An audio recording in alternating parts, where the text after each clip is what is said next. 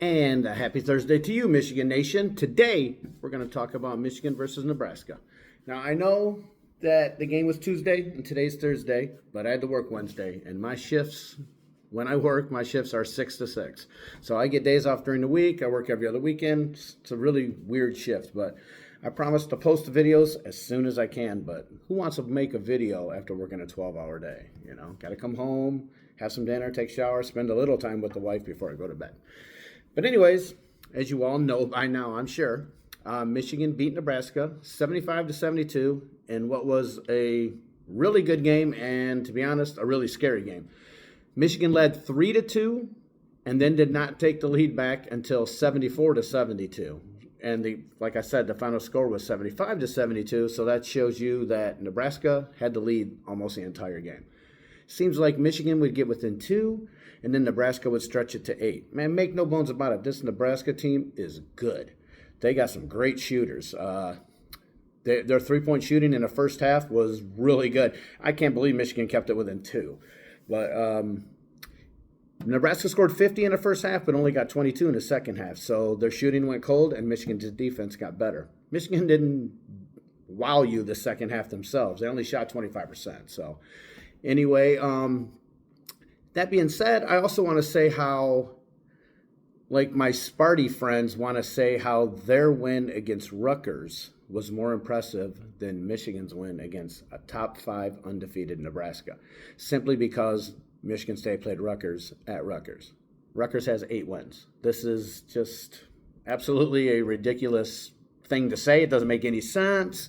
And no way in hell is beating Rutgers more impressive than beating an undefeated top 5 team. I'm sorry, it's just not. Rutgers, I think they're 8-10, 8-11, something like that. They're not a good basketball team. Michigan State should have beat up on them pretty good. I mean, Michigan beat them by 41. So they beat Rutgers by 41. And also, if you guys have ever heard of Daily MSU, he's the trash talker. He's one of the guys who mentioned that. He's a total troll, rage baiter. He likes to put really insane things up on his Twitter or X, and talk about that. But anyway, that's nothing new. Also, Gonzaga and Nebraska, they are 41-0 against everybody else, not named Michigan. They are 0-2 against Michigan. Those are 2 top 10 teams, because Nebraska is not going to fall very far at all, man. They went into Ann Arbor and gave Michigan a hell of a game. But Michigan has defeated both of those top 10 teams. And I'm going to tell you this right now. This is not your dad's Nebraska. This team came to play. Solid team, man. They can shoot the ball. I'm not sure what adjustments Michigan made at halftime, if that's what worked, or if Nebraska just got ice cold, because they weren't missing in the first half, and it looked scary. It really, really did.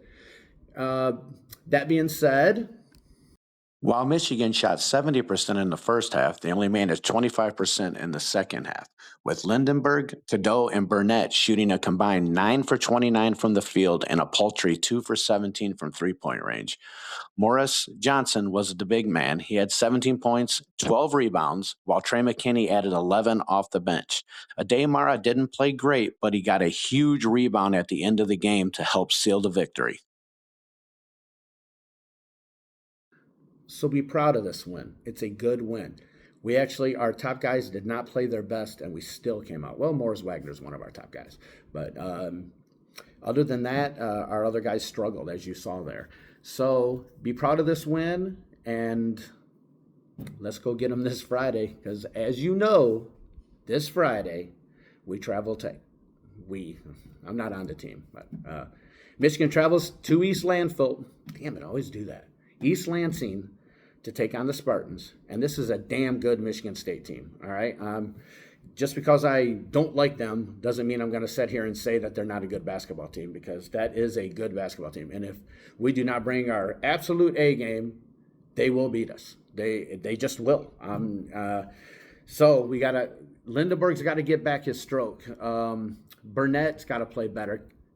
Cadeau, I hope I'm saying his name right. Cadeau has played pretty good all year, but he was definitely off against Nebraska, so we need him back.